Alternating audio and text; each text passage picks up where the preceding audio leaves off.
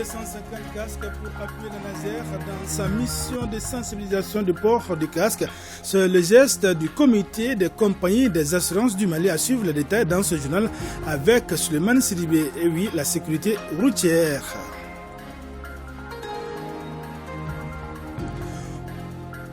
Pour renforcer les capacités de la police nationale, 90 agents, dont 40 éléments du groupement mobile de sécurité et 50 du groupement antiterroriste viennent de bénéficier d'une session de formation. Elle est soutenue par l'Institut des Nations Unies pour la formation et la recherche, UNITAR. Voilà pour le sommaire. Mesdames, Messieurs, bonjour, bienvenue aux informations. Le comité des compagnies des assurances du Mali a remis 250 casques à l'Agence nationale de la sécurité routière. L'objectif de cette donation est d'appuyer la Nazer dans sa campagne de sensibilisation dans le cadre de la Semaine nationale de la sécurité routière. Reportage Souleymane Sidibé. Le comité des compagnies des assurances du Mali apporte sa contribution dans la lutte contre l'insécurité routière. Les assurances du Mali remettent 250 casques à l'Agence nationale de la sécurité routière à Nazer. Ce geste est le fruit d'un partenariat entre le comité et la Nazer. D'abord, une motion de soutien à l'endroit des autorités, notamment de la Nazer, par rapport à la décision courageuse que le gouvernement a prise sur l'imposition du port obligatoire du casque à compter de janvier, qui va concourir à la protection des usagers de la circulation, ce que nous accueillons avec beaucoup de satisfaction. La Nazer et les compagnies d'assurance, nous partageons un engagement de longue date en matière de formulation et de mise en œuvre des projets de renforcement de la sécurité routière. Nous partageons également les mêmes inquiétudes face à la tendance nationale des accidents de la circulation routière. À titre d'illustration, en 2021, notre pays a enregistré 10 614 cas d'accidents corporels. Si on ajoute à ces accidents les accidents avec dégâts matériels, on se retrouve à des centaines de milliers d'accidents chaque année au Mali. Le comité des compagnies des assurances du Mali est une association qui regroupe l'ensemble des assurances du Mali. La formation des 90 agents de la police a pris fin ce vendredi ici à Bamako. Il s'agit de 40 éléments du groupement mobile de sécurité et 50 autres du groupement antiterroriste. Une session soutenue par l'Institut des Nations Unies pour la formation et la recherche UNITAR en vue de renforcer les capacités de la police nationale. On en sait plus avec Mohamed Sankari. Cet exercice de simulation est une mise en pratique des connaissances acquises durant 3 semaines par les éléments du groupement mobile de sécurité et antiterroriste de la police nationale. La session de formation concernait les techniques de sécurisation des élections et le maintien d'ordre. Il s'agit aussi de familiariser les apprenants à la collecte des renseignements avant, pendant et après les élections. Nous terminons cette formation bien outillée pour faire face aux défis que constitue l'organisation des élections dans notre pays. Nous avons reçu une grande expertise de nos encadreurs qui n'ont ménagé aucun effort pour que cette formation soit une réussite. Cette formation est une initiative de l'Institut des Nations Unies pour la formation UNITAR.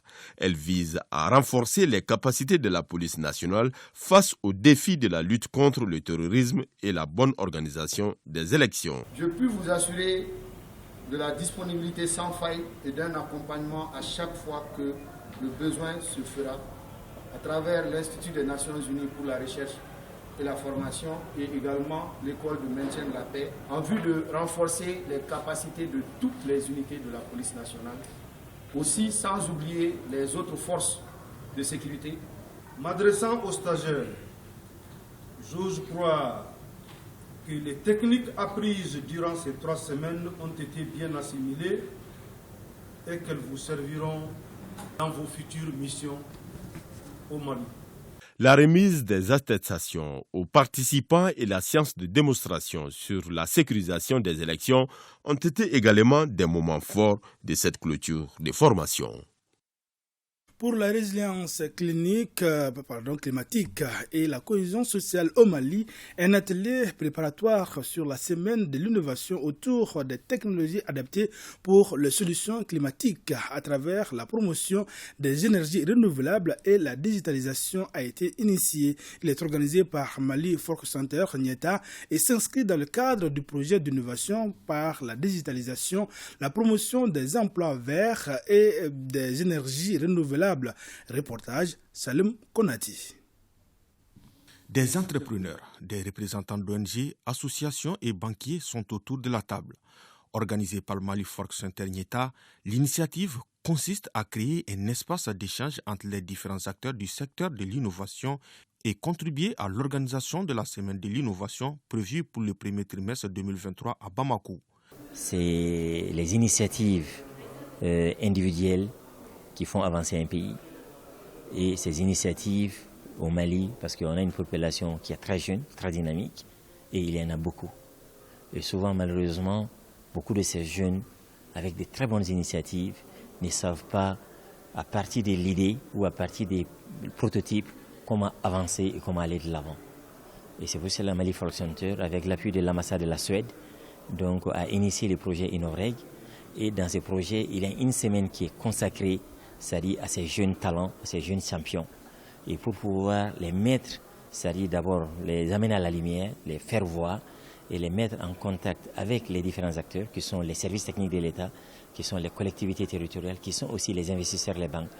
Financé par l'ambassade de Suède au Mali, ce cadre d'échange vient après une série d'ateliers organisés dans les différents pôles de ressources locaux de Mali Folk Center Nieta. La semaine de l'innovation se veut un espace qui appartient à tous les acteurs. Et donc c'est pour cela qu'il y a les agences de développement régional qui sont là, il y a les projets de l'État qui sont là, il y a les services techniques de l'État qui sont là, et il y a aussi les ONG qui sont là, et il y a donc les banques qui ont répondu à l'invitation. Et ils vont réfléchir, les journées de travail, on les a donné la place, qui nous disent comment ils veulent que notre petite pierre va venir compléter, c'est-à-dire la dynamique existante pour qu'on évolue ensemble. Pour rappel, Mali Folk Center Nieta est une organisation non gouvernementale avec plus de 20 années d'expérience sur le terrain dans les domaines des changements climatiques et environnementaux, des énergies renouvelables, de l'innovation, de l'entrepreneuriat et du développement économique local. Demain, Ensemble unis pour la paix à Kidal est un projet de chercheurs for Common Ground. Il vise à sensibiliser les populations de Kidal sur le rôle et les missions des forces armées maliennes en 8e région. Les femmes ont pris part à une mission en grand public, une première depuis leur installation à Kidal. Reportage Sidi Elmedi Al-Baka. Cette initiative, première du genre, est une prouesse à l'actif du projet Ndeu Ashika, Demain Ensemble Unis pour la paix à Kidal. Un projet qui œuvre pour la stabilisation du cercle de Kidal à travers un soutien à la dynamique de déploiement du 72e régiment d'infanterie motorisée, une initiative s'alliée à plus d'un titre.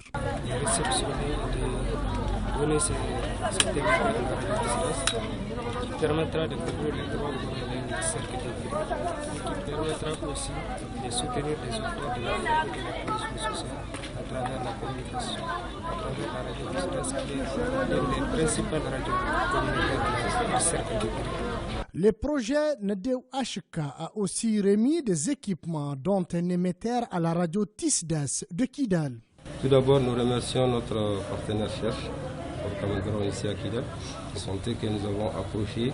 Nous avons vu la nécessité d'un émetteur un peu plus puissant avec lequel nous travaillons. Donc c'est aujourd'hui qu'ils ont pu ramener ça. Et très bientôt ils vont le remettre. Donc ça nous inspire que satisfaction. Grande dame des éditeurs de la radio de Kidal.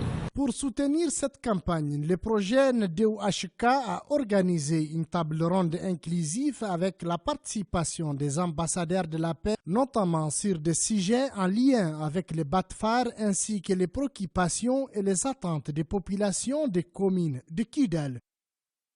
Ouf de soulagement pour la population de Sébikoro et Madina dans le cadre d'évacuation des malades. En effet, l'Association pour le développement intégré de Kassaro, AIDK, a remis aux deux ambulances au centre de santé communautaire de ces différentes localités. De Kita, Mamadou Alioubari. Cette remise d'ambulance à la population des communes de Sébikoro et de Madina dans la région de Kita a pour objectif de réduire le premier et deuxième retard dans la référence évacuation des femmes enceintes et d'autres malades. Dans le cadre du transfert de compétences, la santé vient en première position au niveau des communes. Et nous, on a eu la chance d'avoir des partenaires qui nous donnent des ambulances qui nous aident beaucoup. Mais les communes environnantes, il faut qu'on les aide aussi. C'est pourquoi on a eu l'idée de donner des ambulances à travers la région de Kita. La santé a été transférée aux collectivités. Le maire de Kassaro vraiment a fait une très bonne lecture de ce transfert et s'est vraiment engagé à jouer sa partition pour améliorer vraiment l'état de santé des populations de façon générale à Kita. Ces ambulances contribueront à renforcer le plateau technique des CSCOM de Madina et de Sébikoro. Les communautés bénéficiaires, aussi bien que les autorités administratives, parlent d'un ouf de soulagement et félicitent la collectivité de Kassaro pour de tels efforts. Nous saluons l'effort de cette collectivité et de cette association dans la droite ligne du développement global de la commune de Kassaro et des communes adjacentes. Mais également, ce sont les prémices de l'engouement et de la volonté qu'ont les populations de cette contrée pour développer le futur cercle de Sébikoro, qu'elles vont certainement animer. Nous encourageons tous les élus, toutes les collectivités à emboîter leurs pas. Ainsi, les efforts de nos plus hautes autorités seront compensés par l'engagement des populations où qu'elles soient pour arriver à un développement harmonieux pour toute la région de Kita. Les deux ambulances de marque Iveco et Fiat sont le fruit de partenariat entre la Croix Verte italienne à travers l'association Fitvecuir et l'association pour le développement intégral de Kassaro. La direction régionale de l'assainissement et du contrôle des pollutions et des nuisances de sang vient de lancer les activités de la 13e édition de la Journée mondiale des toilettes célébrée chaque 19 novembre. L'événement est célébré sous le thème eau souterraine et assainissement rendent visible l'invisible. La remise de kits d'assainissement et d'hygiène à 5 groupes scolaires de la ville de Sam et des conférences ont marqué cette célébration. De Sam, la correspondance de Drissa Kone. Selon le dernier rapport du programme commun de surveillance de l'OMS et de l'UNICEF, l'objectif fixé en matière d'assainissement et d'hygiène est loin d'être atteint. Plus de 3,6 milliards de personnes dans le monde n'ont pas accès à un service d'assainissement adéquat. La région de Sam n'échappe pas à ce tableau. Selon les rapports de l'enquête démographique de santé des ménages 6, le taux à des toilettes hygiéniques dans la région de Sam est de 48,9% pour des installations sanitaires améliorées et de 46,7% pour les installations sanitaires non améliorées avec un taux de défécation à l'herbe de l'ordre de 4,3%. Lorsque les systèmes d'assainissement sont inadaptés, les déchets humains sont répandus dans les sources d'eau, à savoir les rivières, les lacs et les sols, polluant ainsi les ressources souterraines. L'édition 2022 est célébrée sous le thème eau souterraine et assainissement, rendre visible l'invisible. Il s'agit de rendre encore plus propre notre alentour, d'apprendre, d'éduquer nos enfants à utiliser les toilettes, à ne plus aller dans la nature. Ce n'est pas aujourd'hui qu'on doit nous dire d'utiliser les toilettes. Nous devons savoir l'importance de l'utilisation des toilettes de nous-mêmes. La remise de kits d'assainissement et d'hygiène à 5 groupes scolaires de la ville de Sam, des jeux concours, un sketch de sensibilisation, la conférence et débat sur le thème sont entre autres temps forts de la journée. Elle a bénéficié de l'appui financier de l'UNICEF, d'IMADEL et de WHH. Un atelier de mise en place de comités de suivi des engagements en faveur de l'accès des femmes au foncier agricole et maraîcher a donné son coup d'envoi jeudi dans la capitale des Rails. La session se tient pour la mise en œuvre des activités de sécurité alimentaire et moyens d'existence d'hygiène et assainissement dans le cercle des Cailles. C'est aussi pour lutter contre la malnutrition chronique au Mali. Reportage Moriba Keïta. Pour lutter efficacement contre la malnutrition chronique, la terre est l'un des facteurs capitaux. Elle permettra aux femmes d'avoir leur autonomie dans leur activité génératrice de revenus, d'où cet appui de la COFERSA en collaboration avec Action contre la faim à travers le projet multisectoriel de lutte intégrée contre la malnutrition chronique au Mali, financé par l'Affaire mondiale Canada AMC. Le projet est un projet multisectoriel qui est géré par un consortium de 3 ONG, à savoir ACF et 2 ONG nationales, dont Amadecom et également la COFERSA. La répartition des activités est faite de telle sorte que toutes les activités en lien avec la sécurité alimentaire sont gérées par la COFERSA. Et toutes les activités en lien avec la santé et la WASH sont gérées par l'Amadecom. Tout ce qui est question de coordination, de communication et de plaidoyer, c'est Action contre la faim qui gère ça. Réellement, on veut que ce projet soit un réussite pour que les femmes, même après le projet, puissent continuer à travailler. On a aménagé des périmètres pour les femmes, mais juste après le projet, ces périmètres ont été arrachés par les gens du village.